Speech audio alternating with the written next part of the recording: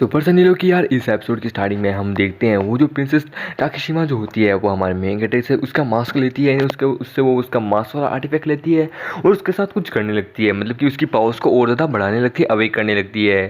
बात अभी हम देखते हैं किंगशी कहता है आखिरकार तुम ये मेरे आर्टिफैक्ट के साथ क्या कर रहे हो, और फिर तभी प्रिंसेस टाकिशिमा कहती है कि बस लमसम पूरा हो ही गया है, मैंने इसे लमसम पूरा कर ही दिया है।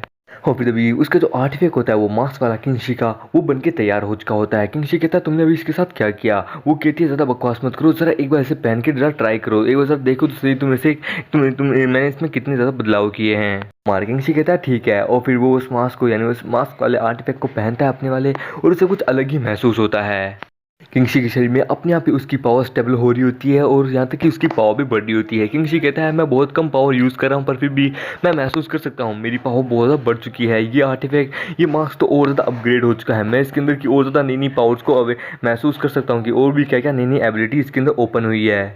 किंगशी कहता है सच में ये पावर लाजवाब है, मैं देख सकता हूँ पहले जब मैं आर्टिफैक्ट को पहनता था तो मैं अपने हाथ को भी नहीं देख पाता था, पर लेकिन मैं अब अपने हाथों को देख पा रहा हूँ। किंगशी कहता है यानी अब मैं और भी ज़्यादा इनविंसिबल हो चुका हूँ, सच में कमाल की बात है, मेरे आर्टिफैक्ट के अंदर और भी ज़्यादा नई नई एबिलिटीज़ ओपन होने के कारण मैं अब उनका भी इस्तेमाल आगे चल के कर पाऊंगा। सच में ये मेरे लिए ग्रेट अपॉर्चुनिटी है। और इसको इस तरह खुश देख के प्रिंसेस ताकेशिमा एकदम हैरान होती कि अभी से क्या हुआ। और फिर विलेज चीफ प्रिंसेस ताकेशिमा वो उसे कहती है कि क्या तुमने इस मास्क के अंदर जो न्यू एबिलिटीज अवेकन हुई है उसको चेक किया। ये सुन के वो कहता है क्या। और फिर प्रिंसेस ताकेशिमा उसे कहती है कि जरा एकदम ध्यान से एकदम अपनी पावर को फोकस करो और इस मास्क की जो ओरिजिनल पावर है ना, मतलब कि रियल एबिलिटी जो है उसे ढूंढने की कोशिश करो, क्या पता वो तुम्हें मिल जाए। और जैसे ही हमारे किंगशी उसके कहने अनुसार वो करता है, उसके आगे एक बहुत बड़ी विंडो ओपन होती है, मतलब उसके आगे एक पूरी प्लेट आ जाती है, एक कीबोर्ड आ जाता है, एक विंडो ओपन होती है जिसमें एकदम उसकी तरह सिस्टम होता है, मतलब कि ऐसा हमारे किंगशी को अब एक सिस्टम मिल चुका है। और फिर तभी वो जो विंडो होती है, मतलब वो सिस्टम जो होता है वो इसे प्रिंसेस ताकेशिबा के सर के ऊपर जो उसने फ्लावर लगा रखा है उसे उसके बारे में बताता है कि ये एक जैपनीज आर्टिफैक्ट है, ये एक बहुत कमाल का है, इसके अंदर स्पिरिचुअल पावर इस प्रकार से है, ये सच में एक स्पिरिट ग्रेड का एक आर्टिफैक्ट है। ये देख के मार्किंग कहता है आखिरकार ये क्या है। और फिर तभी वो जो मास्क वाला जो सिस्टम जो होता है वो उसे और भी आगे बताने लगता है, वो कहता है कि इनके पास एक बैग है जिसमें बहुत ज़्यादा स्पेस है, मतलब कि आओ पूरी एक गैलेक्सी इसके अंदर आ सकती है, उतना स्पेस है, कुछ भी डालो, बहुत सारे अलग अलग मटेरियल है, और भी चीज़ों के बारे में बताता है, कई आर्टिफैक्ट के बारे में बताता है जो कि उसके पास होते हैं। और फिर तभी कि हमारा किंग नीचे ज़मीन पे देखता है तो वो उसको उस घास के बारे में भी बताता है, वो कहता है ये ब्लड ग्रास है, ये बहुत रेयर होती है पर लेकिन नॉर्मली ये कभी किसी को नहीं दिखती क्योंकि ये अपने आप को एकदम नॉर्मल घास की तरह कर लेती है, जिसके कारण कोई भी ये इस घास में और नॉर्मल की ग्रास में दोनों में अंतर नहीं पहचान पाता। ये ज़्यादा रेयर नहीं होती पर लेकिन इसके अंदर स्पिरिचुअल पावर ठीक ठाक होती है, हाई लेवल की होती है। लेकिन तभी वहाँ पे हमारी वाली प्रिंसेस आ जाती है, वो आते ही कहती है आखिरकार यहाँ क्या हुआ अभी। फिर अभी प्रिंसेस वहाँ थी कहती है कि आखिरकार किंगशी कहाँ है, तुमने उसे कहाँ क्या किया, वो कहाँ चला गया, तुमने उसके साथ क्या किया, तुम्हें पता है ना किंगशी हमारा इंपीरियल गेस्ट है, तुमने उसके साथ ये सब कुछ करके सही नहीं किया। फिर अभी किंगशी उसकी तरफ देखता है, उसकी जो विंडो जो होती है उसके मास्क वाली वो उसके सर के ऊपर जो लगे हुए हैं, प्रिंसेस के सर के ऊपर वो बुग्गे वाले ये रुई वाले लगे हुए थे ना, फोम वाले रबड़, उनके बारे में बताता है कि ये एक स्क्रिप्चर आर्टिफैक्ट की तरह ही है, ये एक स्पिरिट वाला आर्टिफैक्ट है। और फिर तभी उसे और भी बताता है कि इसके शरीर के वजह इसने ये कपड़े पहन रखे हैं, ये देखने से एज अ नॉर्मल कपड़े लगते हैं पर लेकिन ये कपड़े नहीं है, ये भी एक स्पिरिचुअल आर्ट, ये भी एक स्टार आर्टिफैक्ट है, वो भी डिफेंस वाला, मतलब कि ये एक आर्मर है जो कि इसने अपने शरीर के ऊपर पहन रखे हैं। और रही बात करें इसके भाले की, ये तो बहुत ही ज़्यादा रेयर है, ये भाला इतना ज़्यादा रेयर है कि अगर किसी बंदे के पास चारों के चारों डिवाइन स्टार बीस्ट की पावर है तो वो इस भाले की मदद से अपने चारों के चारों डिवाइन स्टार बीस्ट की पावर को यूज़ कर सकता है। ये भाला उनकी पावर को स्टेबल रखने में मदद करता है।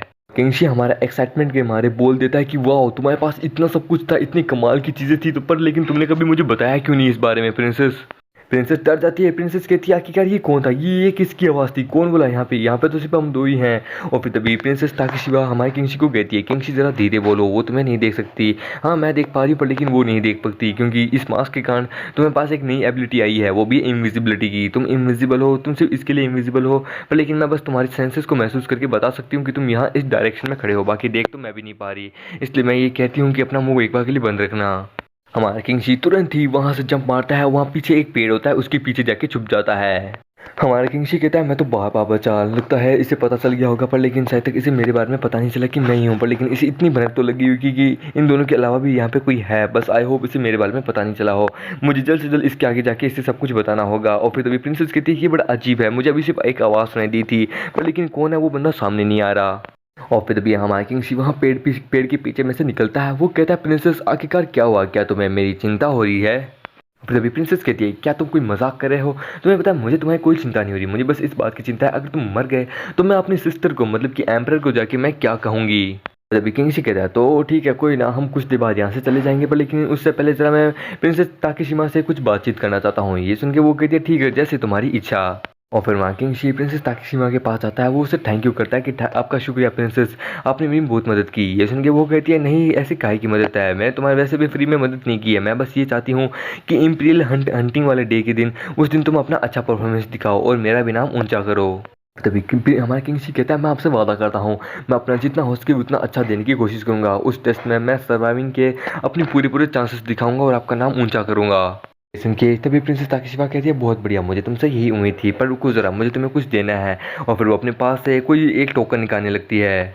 तभी प्रिंसेस उसे अपना एक जेट टोकन देती है, वो भी वुडन जेट टोकन। वो उसे कहती है ये तुम्हारे आगे बहुत काम आएगा, अगर तुम्हें वहाँ पे इंपीरियल फोर्स में जाने का चांसेस मिलते हैं और इंपीरियल हंटिंग डे में अगर तुम जाते हो वहाँ पे, अगर तुम कंपटीशन करते हो और तुम्हें किसी चीज़ की कोई मदद चाहिए तो तुम इससे मुझे कम्युनिकेट करना, ये तुम्हारी पावर को बढ़ाने में मदद करेगा।